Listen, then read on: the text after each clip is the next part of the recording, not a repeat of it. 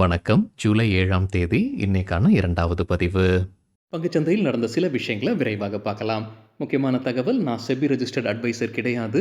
நம்ம சேனல்ல இருந்து எப்போதுமே ஸ்டாக் ரெக்கமெண்டேஷன்ஸ் கிடையாது. யூடியூப் சேனல் மட்டும் இல்லைங்க, மற்ற சோஷியல் மீடியா பிளாட்ஃபார்மான இன்ஸ்டாகிராம், வாட்ஸ்அப், டெலிகிராம்ல இருந்து கூட நம்ம ஸ்டாக் ரெக்கமெண்டேஷன்ஸ் வழங்குவதில்லை. மேலும் பணத்தை வாங்கிட்டு எந்த சேவையும் வழங்குவது இல்லை. பல போலியான குரூப் இயங்கிட்டு இருக்கு. தயவு செய்து ஜாகிரதையாக இருங்க. இந்த வீடியோவில் காட்டக்கூடிய அனைத்து கம்பெனிகளும் வெறும் இன்ஃபர்மேஷனல் பர்பஸ்க்காக மட்டுமே முதலீடு செய்யுங்கன்னு சொல்கிற வீடியோ கிடையாது. எந்த ஒரு முதலீட்லையும் ரிஸ்க் இருக்கும். ரிஸ்க் புரியாமல் இன்வெஸ்ட் செய்யாதீங்க. ரிஸ்க் புரியலனா தயவு செய்து இன்வெஸ்ட்மெண்ட்டை தவிர்த்துருங்க. நம்ம ருபி டிரைவர் சேனலை ஆதரிக்கிற அனைத்து நல்ல உள்ளங்களுக்கும் நன்றி.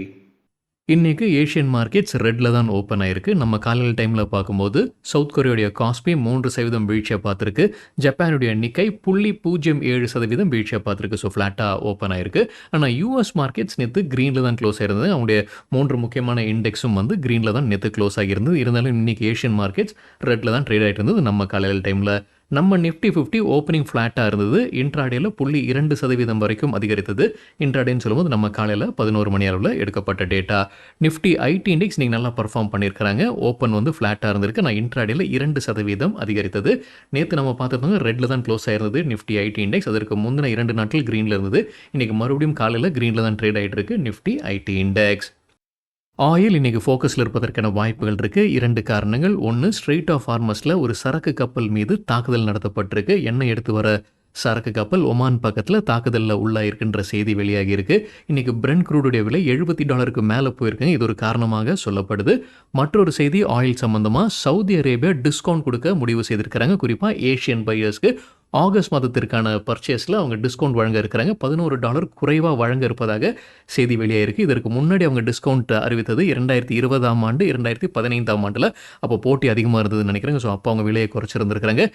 இப்போ சவுதி அராம்கோ ஏஷியன் பையர்ஸ்க்கு $11 ஒரு பேரலுக்கு டிஸ்கவுண்ட்டில் ஆகஸ்ட் மாதத்தில் விற்பனை செய்ய இருக்கிறாங்கன்ற தகவல் வெளியாகி இருக்கு.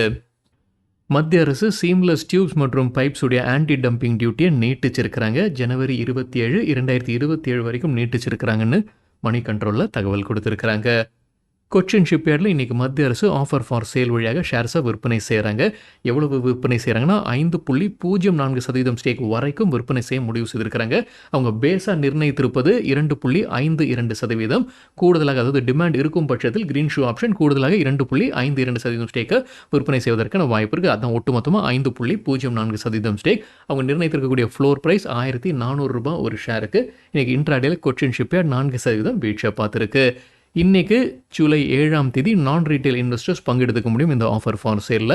நாளைக்கு ஜூலை 8ஆம் தேதி ரீட்டைல் இன்வெஸ்டர்ஸ் பங்கெடுத்துக்கொள்ள முடியும். இப்போ மத்திய அரசு கைவசம் கிட்டத்தட்ட 68% ஸ்டேக் இருக்குது கொச்சின் ஷிப்யார்டில். கேபிலரி டெக்னாலஜிஸ் தரப்புல அப்டேட் இருக்குது. கம்பெனியுடைய ஓவர்சீஸ் சப்சிடரியில் பேங்க் மோசடி நடந்திருக்கு. டீப் ஃபேக் பயன்படுத்தி அவங்க ஃபண்டை வெளியே எடுத்திருக்கிறாங்க. வேறொரு அக்கௌண்ட்டுக்கு மாற்றியிருக்கிறாங்க. கிட்டத்தட்ட 32 கோடி ரூபாய், 3 மில்லியன் யூரோஸ்க்கான மோசடி நடந்திருக்கின்ற தகவல் கேபிலரி டெக்னாலஜிஸ் வெளியிட்டிருக்கிறாங்க. வருண் பீவரேஜஸ் தரப்புல அப்டேட் இருக்குது. தேவயானி ஃபுட் இண்டஸ்ட்ரீஸ் கென்யா கிட்ட இருந்து அவங்களுடைய டெய்ரி பீவரேஜஸ், ஜூஸஸ் மற்றும் பேக்கேஜ் ட்ரிங்கிங் வாட்டர் பிஸ்னஸை வாங்குறாங்க 305 கோடி ரூபாய்க்கு. வருண் பீவரேஜஸ் உடைய சப்சிடி நிறுவனம் வழியாகத்தான் இந்த டிரான்சாக்ஷன் நடத்துகிறாங்க. ஜேபி மார்கன் வருண் பீவரேஜஸ்க்கு $565 டார்கெட் கொடுத்துருக்காங்க. இப்போ 485, 495 பக்கத்தில் ட்ரேட் ஆகிட்டு இருக்கு. சிஎல்எஸ்ஏ ஐ கன்விக்ஷன் அவுட் பர்ஃபார்ம் ரேட்டிங் கொடுக்குறாங்க. எதிர்பார்க்குற டார்கெட் 654. தெரியாதவங்களுக்காக வருண் பீவரேஜஸ் இந்தியாவில் பெப்சி ஃப்ரான்ச்சைசி நடத்துகிறாங்க. டிமார்ட் அவென்யூ சூப்பர் மார்ட்ஸ் தரப்புல அப்டேட் இருக்குது. கமர்ஷியல் பேப்பர்ஸ் வழியாக ஃபண்ட் ரைசிங் நடத்துகிறாங்க 300 கோடி ரூபாய். இந்த கமர்ஷியல் பேப்பர்ஸ்க்கு அவங்க கொடுக்கக்கூடிய இன்ட்ரெஸ்ட் 6.6%. 85 நாட்கள் மெச்சூரிட்டி. செப்டம்பர் 29ஆம் தேதி மெச்சூரிட்டி ஆகுது. ஃப்ராக்டல் அனாலிட்டிக்ஸ் தரப்புல அப்டேட் இருக்குது. கம்பெனியுடைய chief financial officer Ashwath Bhat ராஜினாமா செய்திருக்கிறாங்க. எக்ஸாபர் டெக்னாலஜிஸ் இன்றைக்கி இன்ட்ராடேயில் 4% அதிகரித்தது. ஆனால் இந்த வீடியோ சேர தருணத்தில் ஃப்ளாட்டாக ட்ரேட் ஆகிட்டு இருக்கு. கம்பெனி தரப்புல அப்டேட் இருக்குது. ஸ்மார்ட் ரெண்ட் நிறுவனத்துடன் ஒரு பார்ட்னர்ஷிப்பில் வந்திருக்கிறாங்க. ஏஐ சம்பந்தமான பார்ட்னர்ஷிப். இந்த ஸ்மார்ட் ரெண்ட்ன்ற நிறுவனம் ஏற்கனவே அப்பார்ட்மெண்ட் கம்யூனிட்டிஸ்க்கு சொல்யூஷன் செய்யக்கூடிய பிஸ்னஸில் இருக்கக்கூடிய நிறுவனம். அவங்களுடன் பார்ட்னர்ஷிப்பில் வந்திருக்கிறாங்க ஏஐக்காக. ஜென் டெக்னாலஜிஸ் இன்றைக்கி இன்ட்ராடேயில் மறுபடியும் நல்லா பர்ஃபார்ம் பண்ணியிருக்கிறாங்க. 2% அதிகரித்தது. நேற்று நம்ம பார்த்துருந்தாங்க 6% அதிகரித்தது. கெய்னஸ் வித் ஹை வால்யூம் பட்டியலையும் ஜென் டெக்னாலஜிஸ் இடம் பிடிச்சிருந்தாங்க. கம்பெனி தரப்பு வந்து ஒரு அப்டேட் இருக்குது. அவங்களுடைய ஒரு கெப்பாசிட்டி அவங்க அதிகரிச்சிருக்கிறாங்க. ட்ரோன் ப்ரொபல்ஷன் உற்பத்தி கெப்பாசிட்டி அதிகரிச்சிருக்கிறாங்க. 3 லட்சம் யூனிட்ஸாக அதை உயர்த்தி இருக்கிறாங்க. இந்தியாவில் இப்போ இவங்க தான் அதிகமாக அந்த கெப்பாசிட்டி வைத்திருக்கிறாங்க. ட்ரோன் ப்ரொபல்ஷன் உற்பத்தியில் அதிகமான கெப்பாசிட்டி ஜென் டெக்னாலஜிஸ் வைத்திருக்கிறாங்க. இன்றைக்கி இன்ட்ராடேல 2% அதிகரித்தது. இன்ஃபோஎட்ஜ், naukri.com போன்ற வெப்சைட்ஸை நடத்தக்கூடிய நிறுவனம், அவங்க தரப்புல வந்து ஒரு அப்டேட் இருக்குது. கம்பெனி கோடிங் நிஞ்சாஸில் மீதம் இருக்கக்கூடிய 45% ஸ்டேக்கை வாங்கி இருக்கிறாங்க, கிட்டத்தட்ட 40 கோடி ரூபாய்க்கு. மற்றொரு அப்டேட், அவங்களுடைய B8 ஃபண்ட் 1க்கு ஏற்கனவே 250 கோடி ரூபாய் முதலீடு செய்ய போகிறதாக சொல்லியிருந்தாங்க. இப்போ கூடுதலாக 180 கோடி ரூபாய் B8 ஃபண்ட் 1ல அவங்க முதலீடு செய்ய இருப்பதாகவும் அப்டேட் கொடுத்துருக்காங்க இன்ஃபோஎட்ஜ். இன்றைக்கி இன்ட்ராடேல 5% அதிகரித்தது. டைட்டன் கம்பெனி நேற்று Q1க்கான பிஸ்னஸ் அப்டேட் வெளியிட்டிருக்கிறாங்க. இன்றைக்கி இன்ட்ராடேல 4% அதிகரித்தது. அதோடைய ரியாக்ஷனாக கூட இருந்திருக்கலாம். Consumer business revenue growth 41% year on year compare பண்ணும்போது, ஜுவல்லரி பிஸ்னஸ் 39% வளர்ச்சி, வாட்சஸ் 23%, ஐகேர் 23%, எமர்ஜிங் பிஸ்னஸ் 19% அதிகரித்தது. டொமஸ்டிக் பிஸ்னஸ் 37% அதிகரித்தது இயர் ஆன் இயர் கம்பேரிசனில். இன்டர்நேஷனல் பிஸ்னஸ் 128% அதிகரித்தது. Q1ல புதிதாக 77 கடைகள் அவங்க சேர்த்துருக்காங்க. அது நெட் அடிஷன்ஸுங்க. அது திறந்தது மூடினதெல்லாம் சேர்த்து 77 நெட் ஸ்டோர்ஸ் அவங்க சேர்த்துருக்காங்க. இப்போ கம்பெனி கைவசம் 3680 கடைகள் இருக்குது Q1 முடிவில். Titan company Q1 business update வெளியிட்டதற்கு பிறகு புரோக்கிங் கம்பெனிஸ் என்ன ரேட்டிங் டார்கெட் கொடுத்துருக்காங்க இந்த டாடா நிறுவனத்திற்கு. Morgan Stanley overweight rating எதிர்பார்க்குற டார்கெட் 5182. இப்போ 4620 பக்கத்தில் ட்ரேட் ஆகிட்டு இருக்கு டைட்டன். நொமுரா பை ரெக்கமெண்டேஷன் எதிர்பார்க்குற target 5000. CLSA outperform rating எதிர்பார்க்குற டார்கெட் 5249 ரூபாய்.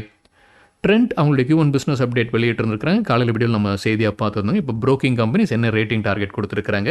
ட்ரெண்ட் Q1 பிஸ்னஸ் அப்டேட்டோட ரியாக்ஷனாக இருந்திருக்கலாங்க. இன்றைக்கி இன்ட்ராடேல 10% வீழ்ச்சியை பார்த்துருக்கு. சிட்டி தொடர்ந்து செல் ரெக்கமெண்டேஷன் கொடுக்குறாங்க ட்ரெண்ட்டுக்கு. எதிர்பார்க்குற டார்கெட் 2733. இப்போ 2990 பக்கத்தில் ட்ரேட் ஆகிட்டு இருக்கு ட்ரெண்ட் நிறுவனம். மெக்வாரி தொடர்ந்து அவுட் பர்ஃபார்ம் ரேட்டிங் எதிர்பார்க்குற டார்கெட் 3600. மார்கன் ஸ்டான்லி தொடர்ந்து ஓவர் வெயிட் ரேட்டிங் எதிர்பார்க்குற டார்கெட் 3151 ரூபாய். பெர்ன்ஸ்டைன் தொடர்ந்து அவுட் பர்ஃபார்ம் ரேட்டிங் எதிர்பார்க்குற டார்கெட் 3500 ரூபாய்.